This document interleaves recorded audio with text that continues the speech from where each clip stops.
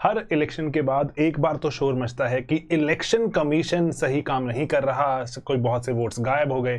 लेकिन यहाँ शायद पहली बार ऐसा हो रहा है कि इलेक्शंस, बहुत बड़े कोई इलेक्शन आने वाले, जैसे मान लीजिए बिहार का इलेक्शन आ रहा है, उसके बाद अभी हम जो बड़ा इलेक्शन, नेशनल लेवल इलेक्शन देखेंगे, कि पहली बार ऐसा देखने को मिल रहा है कि इलेक्शन कमीशन को इलेक्शन से पहले ही कटघरे में खड़ा कर दिया गया है। और यहां पर इल्जाम लगाया जा रहा है कि इलेक्शन कमीशन, जो कि एक न्यूट्रल होना चाहिए, तराजू में सभी पार्टीज को बराबर तोले, वो किसी एक पार्टी के फेवर में नजर आ रहा है। तो ये पॉलिटिकल इशू है, एक पार्टी दूसरी पार्टी पे सवाल उठाती रहती है, ये ना उससे कहीं ज्यादा है, ये ना एक सोशोलॉजिकल एक इशू बन जाता है। और मैं आपको वही चाहता हूं बताना आज कि इसकी सोशोलॉजी है क्या।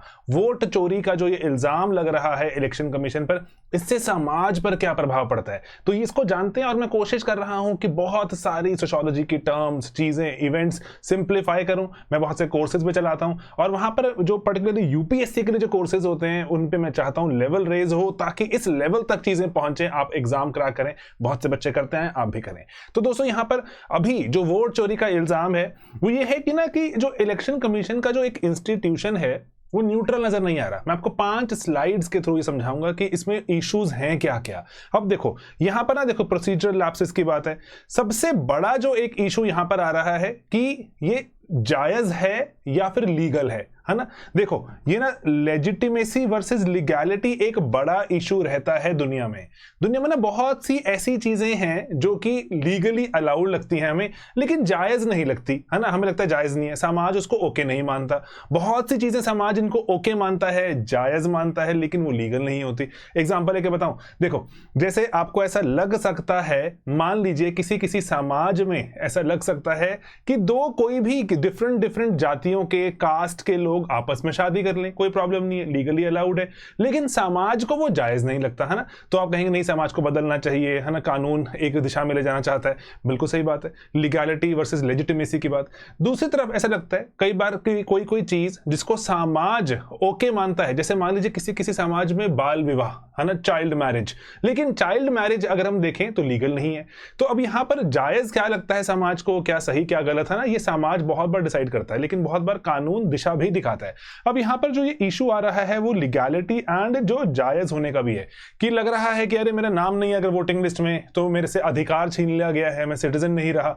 तो ये लेजिटिमेसी वर्सेस लीगैलिटी का इशू बन जाएगा कि लीगल है, आपका नाम है या वहां पे नहीं है, लेकिन जायज लगता है क्या, कि अगर कोई सिटीजन था या नहीं था, वहां पे रह रहा है, अगर उसका जो वहां पे कानूनन उसको सिटीजनशिप मिल गई है अगर, तो वो उसका नाम क्यों नहीं है। ओके, देन यहां पर रिप्रेजेंटेशन की बात आती है कि मैं अंडर रिप्रेजेंट हो जाऊंगा, जो मेरी जो समाज है, कम्युनिटी है, वो अंडर रिप्रेजेंटेड दिखेगी, मतलब उसका उतना वोट, उतना हक वहां नहीं नजर आएगा।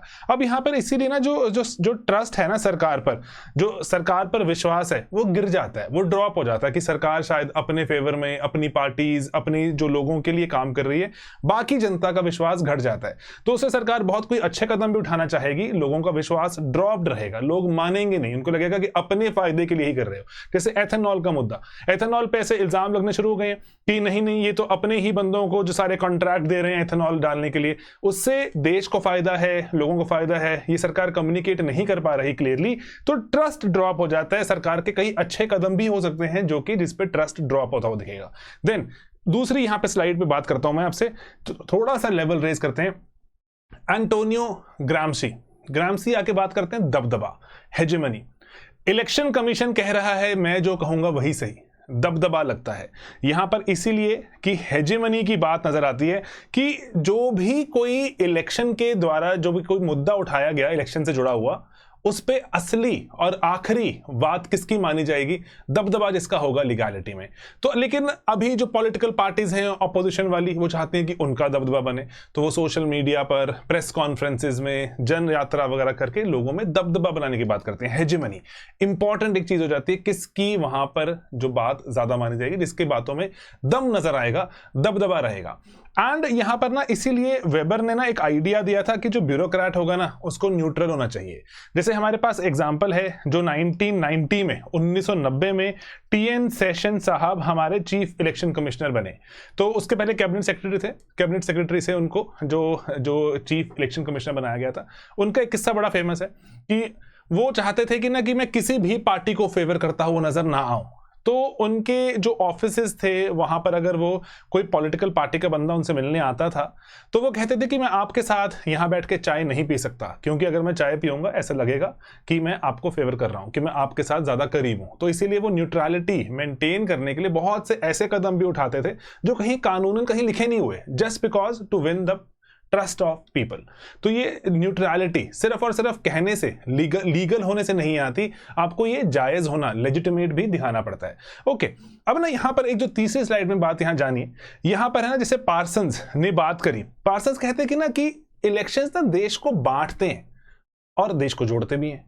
तो यहां पर अब डिफरेंशिएशन एंड इंटीग्रेशन पैरेलली नजर आएगी। डिफरेंशिएशन तो कौन सी चीज ज्यादा जीत जाएगी, ये मुद्दा हो सकता है कि देश को जोड़ रहे हैं या तोड़ रहे हैं, है ना, इलेक्शंस। तो वो वाली बात अगेन मैं चाहता हूं बताना कि बड़े बड़े जो इंस्टीट्यूशंस हैं जैसे इलेक्शन कमीशन वगैरह, इनकी ड्यूटी, इनका जो ड्यूटी लीगल होने से बहुत ज्यादा है, ट्रस्ट भी रहे सिस्टम पे, ट्रस्ट बने रहना जरूरी है। तो सोशियोलॉजिकली हमें ये बात जाननी जरूरी होती है।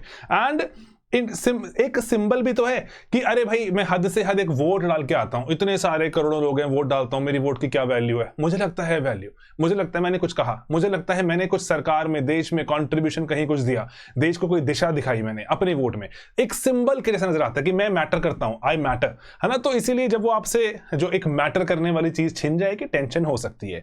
अब यहां पर इसीलिए जो रिपोर्ट्स आती हैं उसमें लगता है कि अरे डेमोक्रेसी का हमारा बैक स्लाइड हो रहा है, कि हमारी डेमोक्रेसी पीछे आ रही है, परसेप्शन ड्रॉप हो रहा है डेमोक्रेसी का, और समाज बढ़ जाता है बहुत सारी चीज़ों में। ऑलरेडी बहुत तरह से हमारा समाज बटा हुआ है, कास्ट के हिसाब से, ऊंच नीच, अमीर गरीब के हिसाब से, अर्बन रूरल के हिसाब से, है ना, बहुत बटा हुआ है। और एक जो चीज़ हमें मिल जाती है कि सिस्टम में विश्वास है या बिल्कुल ही नहीं है ना, उसमें बढ़ जाता है। और ग्लोबल परसेप्शन भी, अदरवाइज ना हमारा जो इलेक्शन कमीशन है ये बहुत सारी दुनिया के भर के इलेक्शन कमीशंस को जाके गाइड करता है कि how to conduct such wide spread, such wide scale elections free and fair तरीके से, है ना। पैसा तो नहीं लेते सरकार आपसे कोई कि इलेक्शन कंडक्ट करने का 100 रुपए लगेगा, तो टैक्स पेयर्स मनी, ये vote setter, that is correct, लेकिन उसमें पार्टिसिपेट करने का बहुत ज्यादा पैसा लगता है। तो आप पे कोई दबाव नहीं होता, आप अपनी मर्जी से डाल के आते हैं ना। तो free and fair elections conduct करने के लिए बहुत सारा यहाँ पे काम करता है हमारा इलेक्शन कमीशन। तो उसके लिए वो बहुत से African Nations and other Nations जहां पे चाहते हैं वो प्रोसेस बनाना, वीवीपैट वगैरह हमारी इनोवेशंस रही हैं, तो वो दुनिया भर में हम जाके उसकी कंसल्टेंसी भी देते हैं, सिखाते हैं।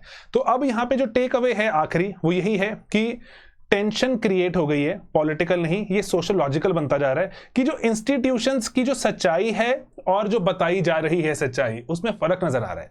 एक पार्टी कुछ और बोल रही है, दूसरी पार्टी कुछ और बोल देती है, इलेक्शन कमीशन आके कुछ और बात कर देता है, तो जनता बढ़ती चली जा रही है। तो इसलिए ये सोशोलॉजिकली इंपॉर्टेंट है। मैं आपको चाहता हूं फिर से बताना कि कास्ट, क्लास, अर्बन, रूरल, बहुत तरह से हम ऑलरेडी डिवाइडेड हैं, लेकिन अब एक और तरह की डिवीजन नजर आ रही है जहां पर इलेक्शन होने से पहले ही नजर आ रहा है कि election commission free and fair नजर नहीं आ रहा।